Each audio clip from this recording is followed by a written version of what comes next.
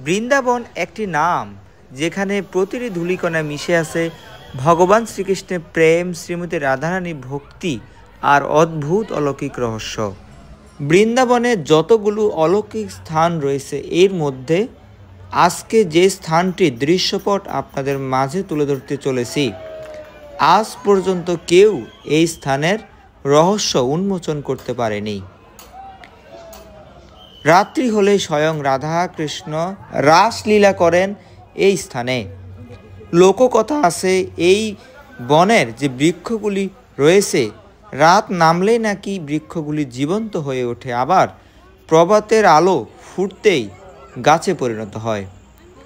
ভুলক্রমে কেউ যদি রাতে এই বনে অবস্থান করেন, তিনি হয়তোবা পাগল হয়ে যান অথবা তাকে মৃতরূপে দেখতে পাওয়া যায়। সুপ্রিয় ভক্তবৃন্দ, আমি সুখদাবলের দাস আছি আপনাদের সাথে। বৃন্দাবনের এই বিশেষ স্থানটির দিন এবং রাতের বিভিন্ন দৃশ্যপট এই ভিডিওতে তুলে ধরতে চেষ্টা করব। ঘরে বসে দর্শন করুন বৃন্দাবনের বিশেষ এই অলৌকিক স্থান। বৃন্দাবনের এক কোণে রয়েছে এই বন, তার নাম নিধিবন। এই মুহূর্তে নিধিবনের মূল গেটে বা ফটকের সামনে আমরা অবস্থান করছি। এই পথেই মন্দিরের ভেতরে নিধিবনে প্রবেশ করতে হয়। বৃন্দাবনে অন্যতম পবিত্র স্থান হচ্ছে এটি। চারপাশে ঘন ঝোপঝাড় আর বাঁকা মোচড়ানো গাছপালা। আশ্চর্য ব্যাপার হলো, এই বনের প্রতিটি গাছ যেন একে অপরের সঙ্গে আলিঙ্গন করে আছে। কেউ কেউ বলেন এই গাছগুলি আসলে বৃন্দাবনের গোপীগণ, যারা দিনভর গাছের রূপে থাকেন আর রাত নামলে হয়ে ওঠেন জীবন্ত, কৃষ্ণের সঙ্গে রাসলীলা করতে। সন্ধ্যা নামতেই নিধিবনের দরজা সম্পূর্ণরূপে বন্ধ করে দেওয়া হয়। যারা সন্ধ্যার আগে ভেতরে প্রবেশ করেছেন, এক এক করে সকলকে বনের ভিতর থেকে বের করে দেওয়া হয়। একবার মন্দিরে প্রবেশ দরজা বন্ধ হলে পরদিন সূর্যোদয়ের আগে আর কেউ এখানে প্রবেশ করতে পারে না। স্থানীয় পুরোহিতদের বিশ্বাস, রাতের নিঃশব্দ সময়ে শ্রীমতী রাধারানী এবং ভগবান শ্রীকৃষ্ণ স্বয়ং এখানে লীলা করেন। কেউ যদি সেই লীলার সময় দেখতে চায়, তার পরিণতি নাকি ভয়ঙ্কর। কেউ মানসিক ভারসাম্য হারায়, কেউ আবার চিরদিনের জন্য অদৃশ্য হয়ে যায়। নিধিবনের ভেতরে রয়েছে একটি মন্দির, যে মন্দিরের নাম রঙ্গমহল মন্দির। ভিডিওর শেষে আমরা সেই মন্দিরের দৃশ্যপট দর্শন করব। এখন আপনারা এই মুহূর্তে যে স্থানটি দর্শন করছেন, এটি হচ্ছে নিধিবনের অন্যতম একটি অলৌকিক স্থান। রাধা কৃষ্ণ লীলা করার মাঝ সময়ে যখন ক্লান্ত অনুভব করতেন, তখন এই কুণ্ড থেকে গোপিকাগণ জল তুলে আনতেন এবং শ্রীমতী রাধারানী এবং ভগবান শ্রীকৃষ্ণ সেই জল পান করতেন।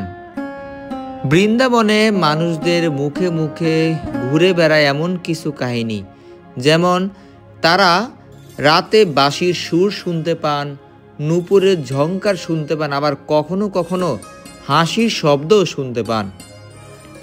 কেউ বলেন এটি ভক্তির অনুভূতি, আবার কেউ দৃঢ়ভাবে বিশ্বাস করেন নিধিবন আজও জীবন্ত, যেখানে ভগবান শ্রীকৃষ্ণ নিত আগমন করেন এবং লীলাবিলাস করেন শ্রীমতী রাধারানী সহ গোপিকাগণের সাথে। নিধিবনের যে বৃক্ষগুলি রয়েছে, এই বৃক্ষগুলি সচরাচর অন্যান্য বৃক্ষের চেয়ে আলাদা। নিধিবনের বৃক্ষগুলোর দিকে আপনি যদি তাকান, খুব সহজে বুঝতে পারবেন যে বৃক্ষের ডালপালাগুলি একটু নিচের দিকে নত হয়ে থাকার মতো অবস্থায় রয়েছে। বলা হয় যে ভগবান শ্রীকৃষ্ণকে সম্মান প্রদর্শন করার জন্য মাথা নত করে রয়েছেন বৃন্দাবনের গোপিকাগণ এই বৃক্ষরূপে। নিধিবন শুধু এক রহস্যময় স্থান নয়, এটি এক চিরন্তন প্রেমের প্রতীক। এখানে যুক্তি নয়, ভক্তি সত্য। শ্রীমতী রাধারানী এবং ভগবান শ্রীকৃষ্ণের অনন্ত প্রেমের নিদর্শন আজও এই নিধিবনে বিদ্যমান। নিধিবনে গেলে আপনারা খুব সহজেই ভগবানের অস্তিত্ব অনুভব করতে পারবেন। অনেকের কাছে শুনলাম তারা নাকি চোখ বন্ধ করে ভগবান শ্রীকৃষ্ণের বাঁশির সুর অনুভব করেন। সুপ্রিয় ভক্তবৃন্দ, এতক্ষণ আমরা নিধিবনের বিভিন্ন অলৌকিক মাহাত্ম্য শ্রবণ করলাম। প্রতিদিন নিধিবন দেখার জন্য দেশ বিদেশ থেকে লক্ষ লক্ষ সনাতনীরা এই স্থানে আগমন করেন। অনেক বানর থাকার কারণে ভক্তদের দর্শন করার যে যাত্রাপথ রয়েছে সেই যাত্রাপথটিকে সুরক্ষিত করা হয়েছে, যাতে করে কোনো বানর কোনো দর্শনার্থীকে আক্রমণ করতে না পারে। দেখতে পাচ্ছেন নেট দিয়ে খুব সুন্দরভাবে ব্যবস্থা করা হয়েছে।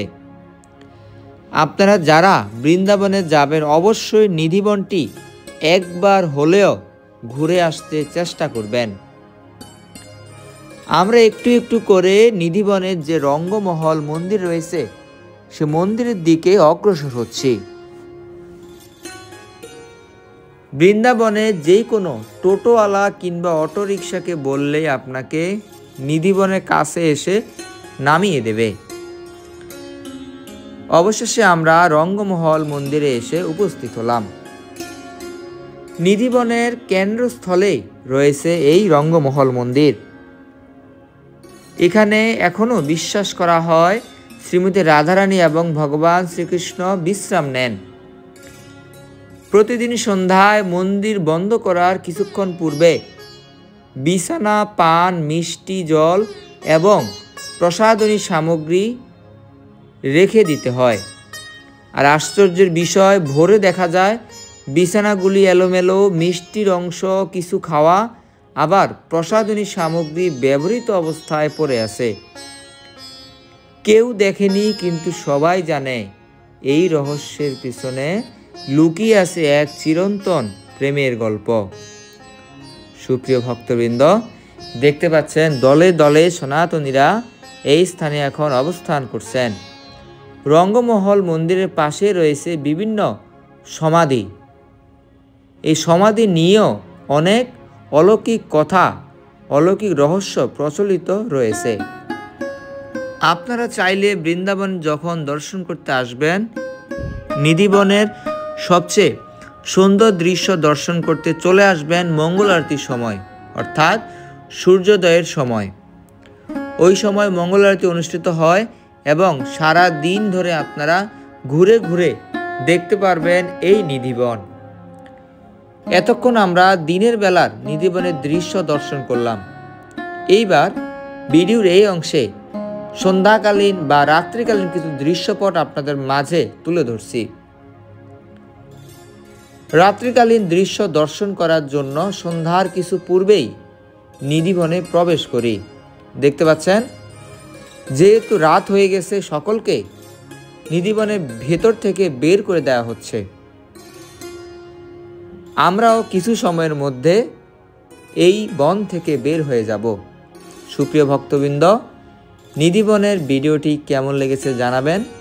সেই সাথে কে কোন জায়গা থেকে ভিডিওটি দেখছেন সেটিও জানাতে ভুলবেন না। শীঘ্রই বৃন্দাবন ধামের আরও একটি অলৌকিক স্থানের দৃশ্যপট আপনাদের মাঝে আমি তুলে ধরতে চেষ্টা করব। আপনাদের প্রিয় সুখদা বলাই দাস। হরে কৃষ্ণ। পরমেশ্বর ভগবান শ্রীকৃষ্ণ কি জয়, শ্রীমতী রাধা রানী কি জয়। সকলে বলুন রাধে রাধে।